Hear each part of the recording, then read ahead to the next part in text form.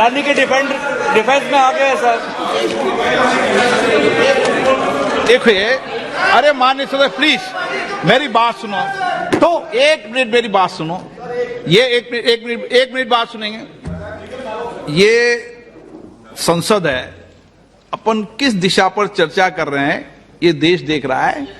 हमें राष्ट्रपति अभिभाषण पर चर्चा करें तो उचित रहे, बाकी आपकी इच्छा है, स्वतंत्र अभिव्यक्ति है, मेरा मानना ये है। तो अपन एक विषय पर ओके, तो आपको तो रूल था, नियम था। हाँ, पॉइंट ऑफ ऑर्डर किस पे है ये? सर कैसे एयरपोर्ट का प्राइवेटाइजेशन तो उनके समय हुआ, ऐसी कोई पार्टी थी जिसका अनुभव था? ये कौन सी बात कर रहे हैं? ओके बोलिए, ओके प्लीज प्लीज, ओके बोलने दे आपको नेता को, तो बोलने दे आपको नेता को। रूल था, प्लीज बोलने दे। रूल था कि अगर कोई एयरपोर्ट बिजनेस में नहीं था तो वो इन एयरपोर्ट्स को ले नहीं सकता था। इस रूल को हिंदुस्तान की सरकार ने बदला। किसी ने भी बनाया हो, रूल था। किसी ने भी बनाया हो, रूल था। रूल बनाया किसने बात नहीं है, रूल बदला किसने बात है। रूल बदला गया और किसने किया है।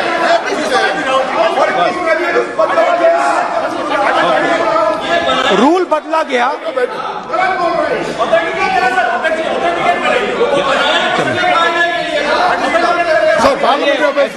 करेगा कैसे आप रूल को बदला गया। सर बोलने दीजिए। करना चाहिए सर, ऑथेंटिकेट करना चाहिए। चलिए चलिए, आप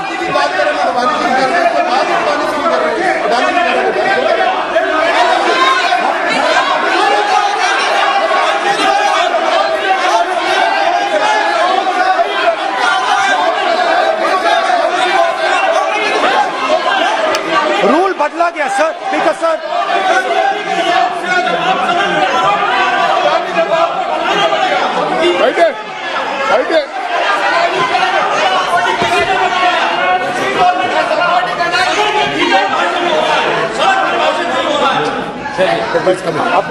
तो ये रूल बदला गया। उस समय मीडिया में इसके बारे में चर्चा हुई थी। रूल बदला गया और अदानी जी को 6 एयरपोर्ट्स दिए गए। उसके बाद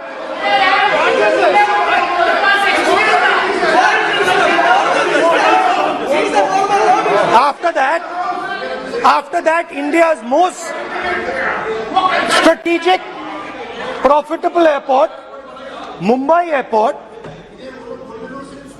was taken away by GVK, hijacked by using the agencies. The agencies को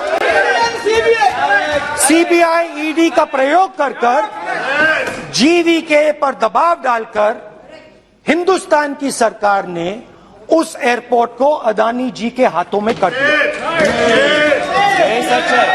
रिजल्ट क्या आया? रिजल्ट आया कि एयरपोर्ट्स में आज अदानी जी 24% हिंदुस्तान की एयर ट्रैफिक को अपने एयरपोर्ट से निकालते हैं और 31% एयर फ्रेट उनके एयरपोर्ट्स में से निकलता है।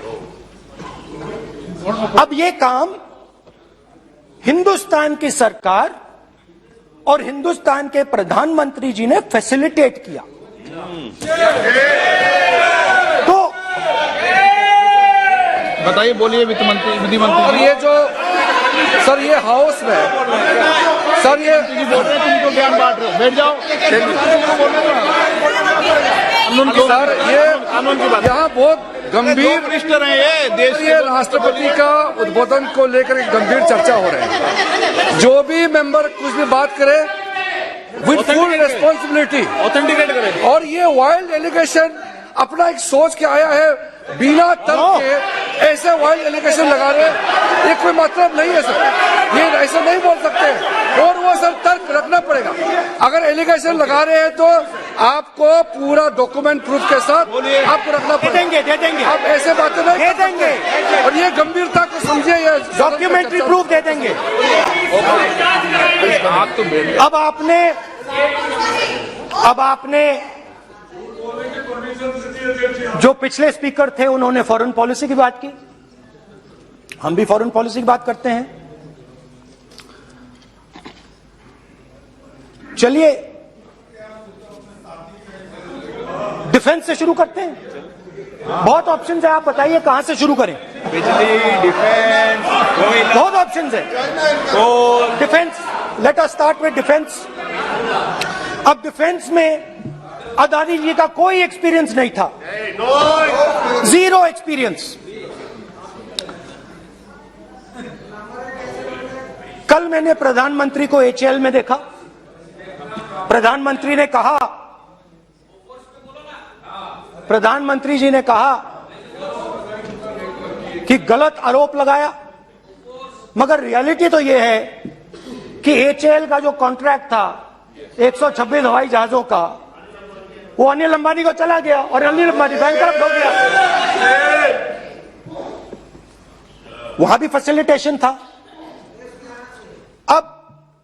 अब देखिए, और ये जो फ्यूचर एंटरप्रेन्योर्स हैं, जो बिजनेस स्कूल हैं, हार्वर्ड यूनिवर्सिटी जैसे स्कूल हैं, इनको इसका केस स्टडी, इसकी केस स्टडी बनानी चाहिए, शायद बने। How to use government power to build individual businesses, case study.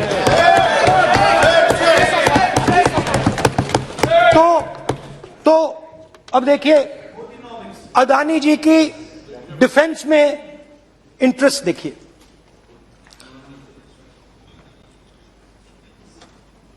Elbit company के साथ हिंदुस्तान में अदानी जी ड्रोन्स बनाते हैं। ड्रोन्स को हिंदुस्तान की एयरफोर्स, आर्मी, नेवी के लिए रिफिट करते हैं। अदानी जी ने यह काम कभी नहीं किया है पहले। एचएएल यह काम करती है। हिंदुस्तान में और भी कंपनीज हैं जो ये काम करती हैं, मगर प्रधानमंत्री जी इजराइल जाते हैं और उसके एकदम बाद अदानी जी को ये कॉन्ट्रैक्ट मिल जाता है, मगर एक नहीं मिलता। ये मत सोचिए कि ये सिर्फ एक कंपनी की बात हो रही है, ये इंडस्ट्रीज की बात होती है यहां पे। जैसे मैंने आपको दिखाया, एयरपोर्ट का पूरा सिस्टम उठा के ले गए, 30% मार्केट शेयर एयरपोर्ट में ले गए, वैसे ही डिफेंस में करा। तो 4 डिफेंस की इनके पास कंपनीज हैं। यह काम इन्होंने कभी नहीं किया। स्मॉल आर्म्स, जिसमें टवॉर है जो हमारी स्पेशल फोर्सेस यूज करती है, आर्मी यूज करती है, जिसमें गलील स्नाइपर राइफल है, ये सब अदानी जी बनाते हैं। सीधा स्ट्रेट इजराइल में प्राइम मिनिस्टर जाते हैं, प्राइम मिनिस्टर के साथ वहां पे मतलब बीच में पैदल चलते हैं और फिर जादू से पीछे से इंडिया का फर्स्ट कॉम्प्रिहेंसिव एमआरओ मिल जाता है मेंटेनेंस के लिए, जहाजों के मेंटेनेंस के लिए।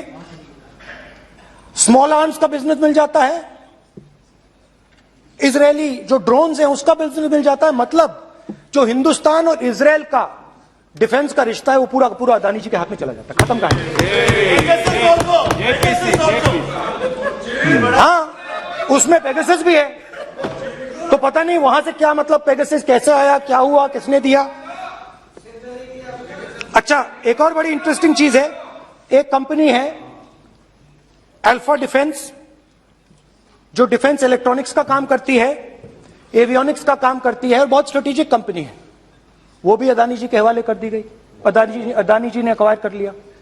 तो आपने देखा कि एयरपोर्ट्स का बिजनेस 30% मार्केट शेयर, हिंदुस्तान और इजराइल का जो वेपन्स का बिजनेस है 90% उठा के ले गए। एक विजिट फॉरेन पॉलिसी। ये है फॉरेन पॉलिसी। चलिए, अब मैंने आपको इजराइल की बात बताई, ऑस्ट्रेलिया चलते हैं। कोयला कोयला ऑस्ट्रेलिया चलिए। ऑस्ट्रेलिया में अदानी जी जाके नहीं, क्यों? आप तो डिबेट करना चाहते थे, आप ही तो डिबेट करना चाहते थे। आपने बोला था कोई भी विषय पे डिबेट हो, तो हो गया डिबेट। अब क्यों डर रहे हो डिबेट से? अब क्यों डर रहे हो डिबेट से? क्यों डर रहे हो? जब हमने जेपीसी की मांग की, आपने बोला सदन को उठाओ। अब क्यों डर रहे हो? अब क्यों डर रहे हो? अब क्यों?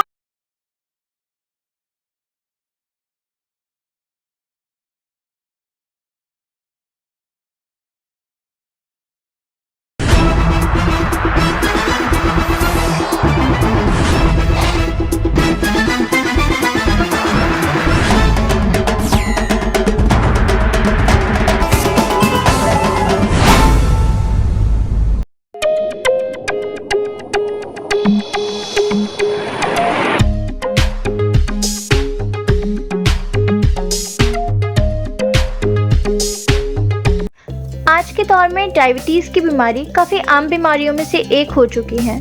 आमतौर पर लोग यही सोचते हैं डायबिटीज कभी न ठीक होने वाली बीमारी है, जबकि ऐसा नहीं है।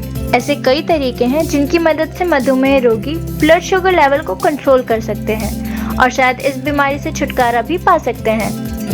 डायबिटीज को मुंह तोड़ जवाब देने आ गया है सुल्गो हर्बल टैबलेट, जिसके इस्तेमाल से मधुमेह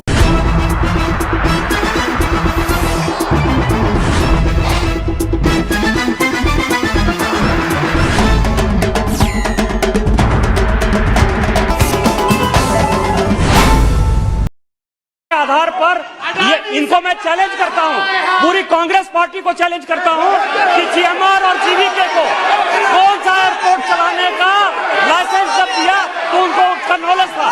मैं चैलेंज करता हूँ पूरी कांग्रेस पार्टी को। जब इन्होंने बिरला को बनाने का दिया, डालमिया को बनाने का दिया, टाटा को बनाने का दिया लाइसेंस, उस वक्त उनको कौन सा मोटर चलाने का अधिकार था? सर, ये गलत बयानी कर रहे हैं। मेरा ये कहना है कि आप एलिगेशन प्रधानमंत्री को ऊपर लगा रहे हैं, आप पेपर दीजिए और कौन सा रूल भारत सरकार ने चेंज किया एयरपोर्ट में अडानी के लिए, वो ऑथेंटिकेट कीजिए, नहीं तो इस तरह की बात नहीं कर सकते हैं।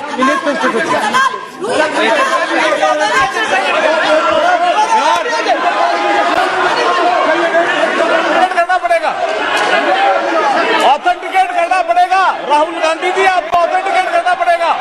आप ऐसा नहीं बोल सकते हवा में, आप हवा में बोल रहे हो और प्रधानमंत्री जी पर आरोप लगा रहे हो। आपको ऑथेंटिकेट करना ही पड़ेगा। आप ऐसे ही बोल रहे हो कि जीएमआर का जीवीके का समय रूल, हाँ कहा था रूल, कोई रूल नहीं था। आपको यू हैव टू ऑथेंटिकेट, और ऑथेंटिकेट करके ही रखना पड़ेगा आपको। पहले रखिए और उसके बाद आगे बात करने देंगे, नहीं तो माफी मांगिए देश से। आप प्रधानमंत्री जी पर आरोप लगा रहे हैं, सर बोलने दीजिए। अनाप शनाप आरोप लगा रहे, बिना किसी डॉक्यूमेंट के आरोप लगा रहे प्रधानमंत्री जी पे। रूल 353 सर, रूल 353 किया है sir, no allegation of defamatory और incriminatory nature shall be made unless you have given notice. छोड़िए, वो तो प्रधानमंत्री के खिलाफ एलिगेशन लगा रहे हैं बिना नोटिस दिए, बिना कोई डॉक्यूमेंट दिए। सर, ये रिकॉर्ड पर नहीं आना चाहिए सर, ये बिल्कुल रूल का उल्लंघन है। और क्या क्या बातें वो कह रहे हैं सर, मैं उसको रिपीट नहीं करना। Reckless allegation, baseless allegation, in violation of rules, sir ये स्वीकार नहीं होना चाहिए।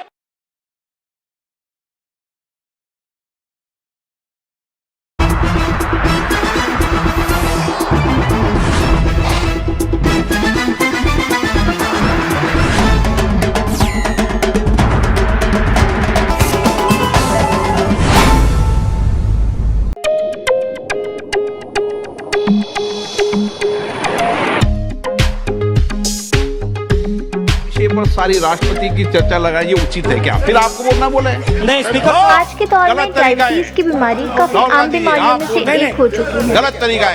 क्या देश को संदेश देना चाहते हैं आप? क्या संदेश देना चाहते हैं देश को? बोले, राहुल गांधी जी।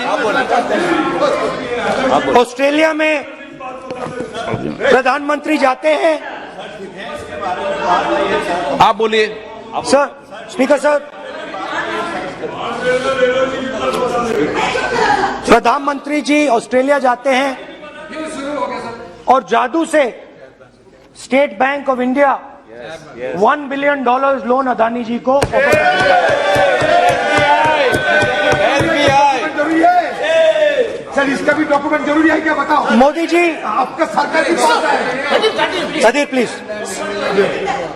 उसके बाद मैं उदाहरण दे रहा हूं, पूरी दुनिया में मोदी जी जाते हैं, घूमते हैं, तो मैं बता देता हूं क्या होता है वहां पे।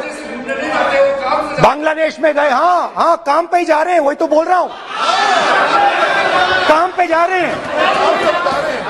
बांग्लादेश जाते हैं, मोदी जी की पहली ट्रिप होती है बांग्लादेश में। वहां पे बांग्लादेश को इलेक्ट्रिसिटी बेचने का डिसीजन लिया जाता है। कुछ ही दिन बाद बांग्लादेश पावर डेवलपमेंट बोर्ड 25 साल का कॉन्ट्रैक्ट अदानी जी के साथ साइन कर देता है। 1500 मेगावाट इलेक्ट्रिसिटी का कॉन्ट्रैक्ट अदानी जी। दोस्ती चलिए वहां से श्रीलंका चलते हैं।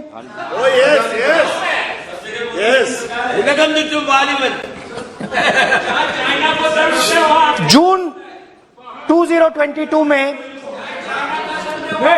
Chairman of Sri Lanka Ceylon electricity board MMC Fernando informed a parliamentary committee in Sri Lanka in open hearing that he was told by President Rajapaksa that PM Modi pressured him to give the wind power project directly to Mr. Adani.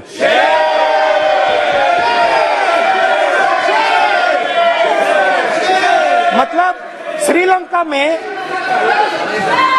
Sri Lanka electricity board के chairman कहते हैं कि उन्होंने राजापाक्सा जी ने कहा कि हिंदुस्तान के प्रधानमंत्री ने उनको कहा है कि ये विंड पावर का प्रोजेक्ट है, ये अदानी जी को देना है।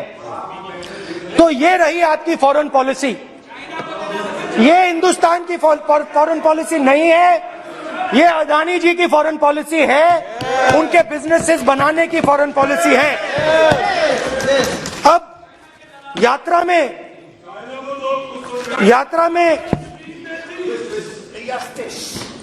में मुझसे 2-3 और सवाल पूछे गए।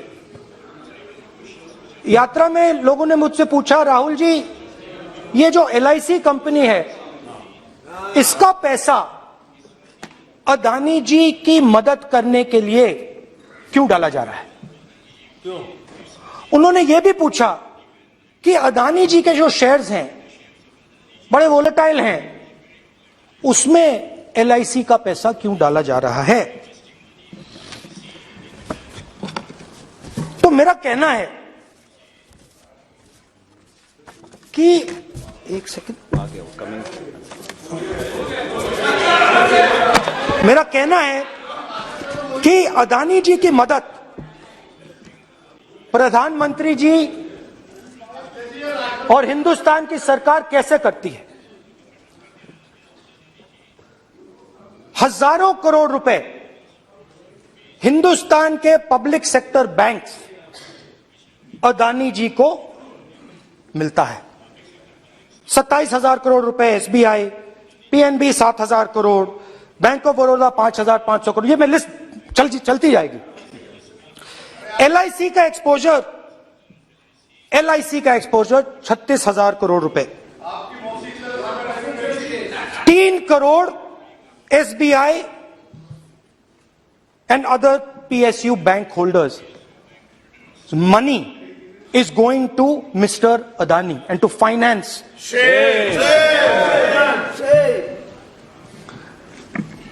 Now, of course, there is another question. तो मदद कैसे हो रही है?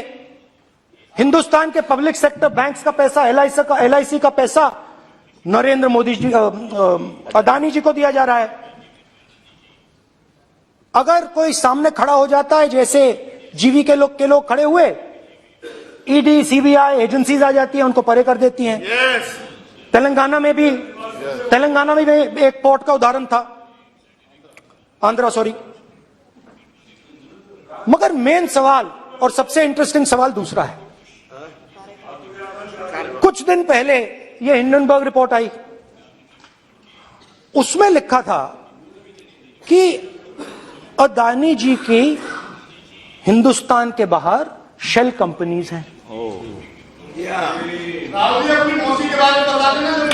ये जो शेल कंपनीज हैं, सबसे पहला सवाल है, ये हैं किसकी? ये किसकी है मॉरिशस में जो शेल कंपनीज है?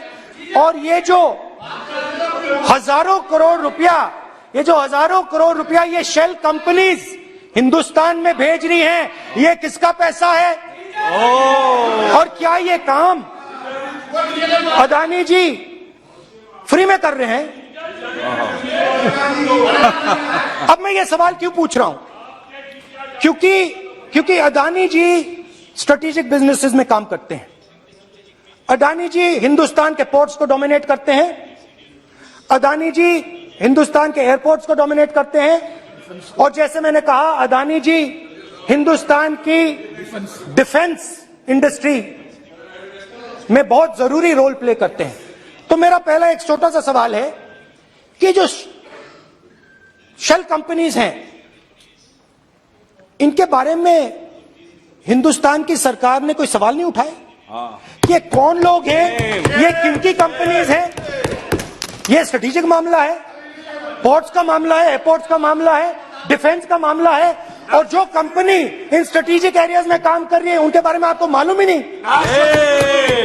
ये नेशनल सिक्योरिटी का मुद्दा है, आपको मालूम ही नहीं कि ये शेल कंपनीज किसकी हैं, कितना पैसा आ रहा है, किसका पैसा आ रहा है। तो एक बहुत बड़ा सवाल है, ये पैसा किसका है, ये शेल कंपनीज किसकी हैं, और ये हिंदुस्तान की सरकार की जिम्मेदारी है ये पता लगाना ये किसकी शेल कंपनीज है और ये किसका पैसा अंदर आ रहा है। JPC, we want JPC, we want JPC.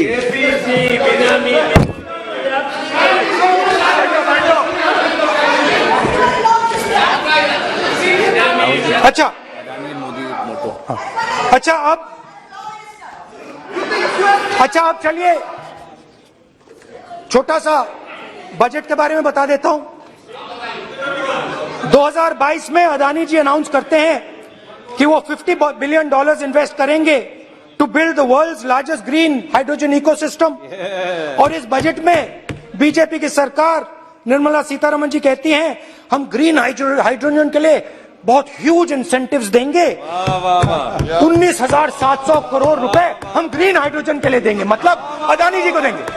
जुगलबंदी बजट में अदानी जी के लिए 50 नए airport, coastal shipping, horticulture, grain storage, ये सब काम आप कर रहे हैं। तो मेरे सिर्फ कल प्रधानमंत्री जी कल भाषण देंगे, मेरे उनसे 2-3 छोटे से सवाल हैं। मेरा प्रधानमंत्री जी से 2-3 सवाल हैं।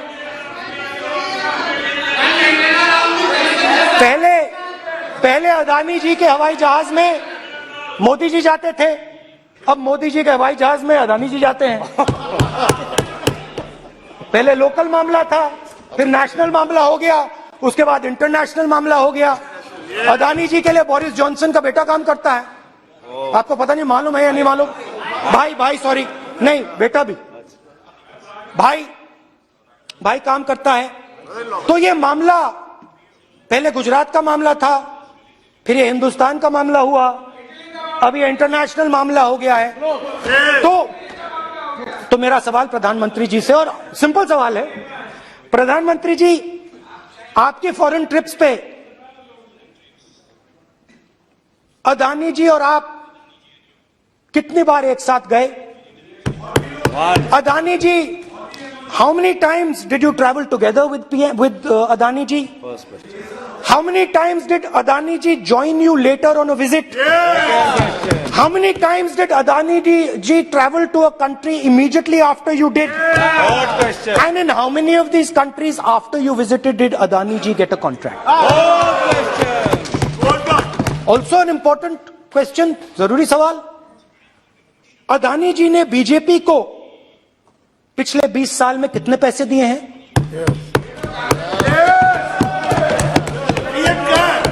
इलेक्टोरल बॉन्ड्स में कितना पैसा दिया है?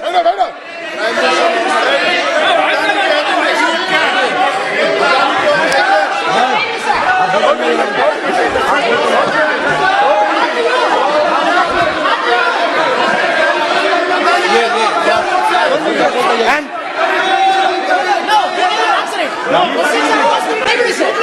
question posed to Prime Minister, please. Sir, खत्म करने दीजिए सर. Concluding sir, concluding. और बहुत सुंदर तरीके से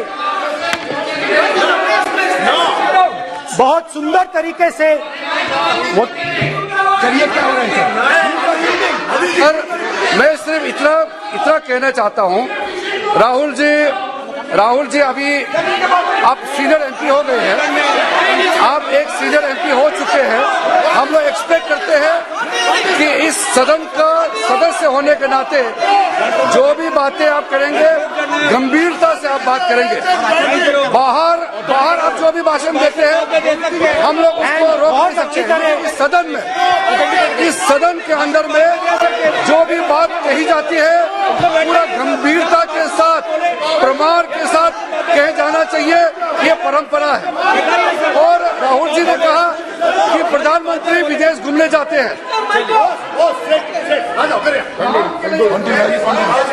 तो मैंने आज वो जो युवाओं ने मुझसे सवाल पूछा था कि अदानी जी की इतनी बिजनेस एक्यूमेन कहां से आई, इतने अलग अलग सेक्टर्स में अदानी जी ने कैसे सक्सेस प्राप्त की, अदानी जी के बारे में पूरी दुनिया को स्टडी करनी चाहिए, हार्वर्ड यूनिवर्सिटी को स्टडी करनी चाहिए कि पॉलिटिक्स के बीच में और बिजनेस के बीच में कैसा रिश्ता होता है.